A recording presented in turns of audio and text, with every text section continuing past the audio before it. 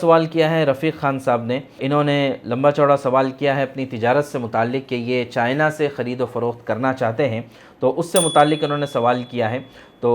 سوال کا پہلا حصہ تو یہ ہے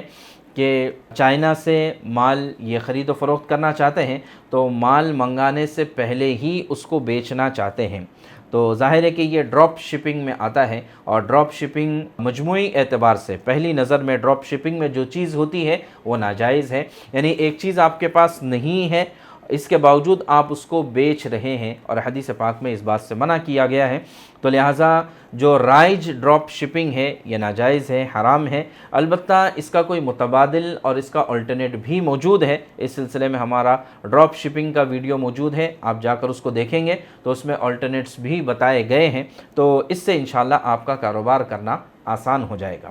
سوال میں دوسری بات انہوں نے یہ پوچھی ہے کہ چائنا سے بزنس کرنا کیسا ہے، اس لیے کہ چائنا کی حکومت وہاں پر کہیں نہ کہیں مسلمانوں پر ظلم کرتی ہے، جو خاص کمیونٹی کے ایک مسلمان ہیں ان کے ساتھ زیادتی کرتی ہے، تو لہٰذا ایسے ملک کو مضبوط کرنا ہماری تجارت سے کہاں تک درست ہے۔ دیکھیں ماشاءاللہ آپ کا جو یہ سوال ہے یہ سوال ہی تقوی پر بیس ہے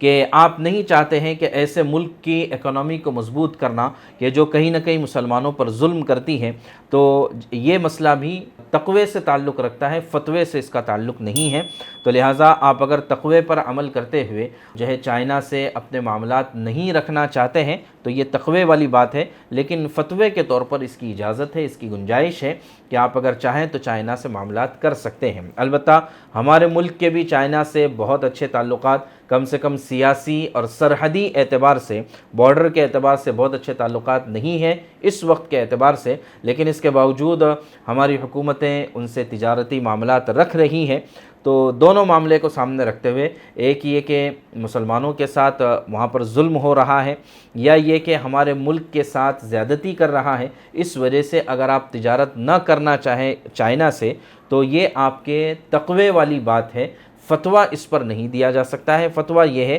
کہ آپ کسی سے بھی کہیں سے بھی ٹریڈ کر سکتے ہیں، بزنس کر سکتے ہیں۔